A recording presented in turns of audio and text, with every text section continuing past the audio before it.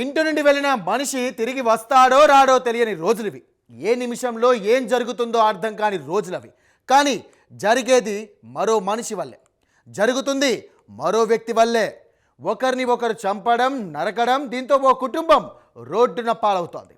హత్య చేసిన వ్యక్తి కుటుంబం రోడ్డున పడుతుందని ఊళ్ళో తలెత్తుకోలేని రోజులు వస్తున్నాయి. మెదక్లో కూడా ఓ హత్య కలకలం రేపుతోంది. ఇంతకీ ఏం జరిగిందంటే,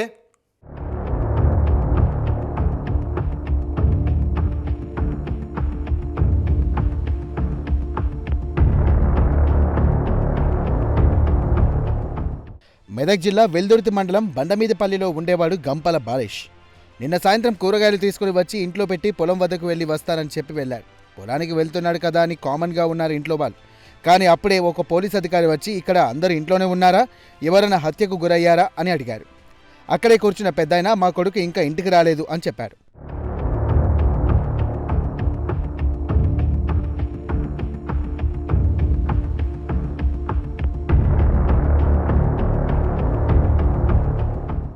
అంతే, పొలానికి వెళ్తున్నా అని చెప్పిన బాలేష్ చనిపోయాడు అని అర్థమైంది. పోలీస్ స్టేషన్కు వెళ్ళి సాయిలు లొంగిపోయాడు. నేను హత్య చేశాను అని చెప్పాడు. దీంతో వెంటనే పోలీసు వెళ్ళి ఊర్లో అడగగా చనిపోయింది బాలేష్ అని తెలిసింది.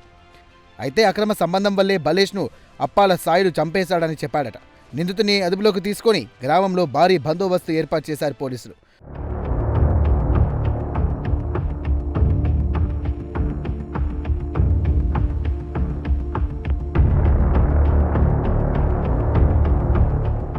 కూరగాయలు తెచ్చి ఇంట్లో పెట్టి వెళ్లిన భర్త ఫోన్ 10:30 ఫోన్ స్విచ్ ఆఫ్ వస్తే అనుమానం పడ్డారు కుటుంబీకులు. అంతలోనే చనిపోయిన వార్త రావడంతో కన్నీరు మున్నీరు అవుతున్నారు. బాలేష్కు 3 కూతుర్లు. కూతురుతో సహా భార్య కూడా బాలేష్ మంచివాడని, ఎవరికి ఏ హాని తలపెట్టే వ్యక్తి కాదని కూడా చెబుతున్నారు. భార్య ఏడుపులో భర్త అక్రమ సంబంధం మ్యాటర్ అబద్ధమనిపిస్తోంది. భర్త అక్రమ సంబంధం పెట్టుకుంటే భార్యకు తెలిసేదే. చంపే వరకు వెళ్తే భార్య వరకు వెళ్ళదా? మరి ఆ భార్య మాత్రం తన భర్త మంచోడంటూనే రోధిస్తుంది. మేబీ సాయిలు పొరపాటు పడ్డాడు కావచ్చు అంటున్నారు కొందరు. బోర్కాడు పోతానని పోయిండు, ఎందుకు కొల కావాలి కాస్తున్నా మాకు తెలియదు, ఇట్లా చంపేస్తారని మాకు తెలియదు. వాళ్ళ తరవై పోయేటోడు కాదు, బోర్కాడికి పోయిండా అని మేము అనుకున్నాము. పోయే వరకు చంపేసారు. పోలీసులకు ఫోన్ చేసి చెప్పారు. పోలీసులు వస్తేనే తెలుసు సార్. 2 రోజులు కొల కావాలి కాస్తున్నా మాకు తెలియదు. నాకు 3 బిడ్డలు సార్.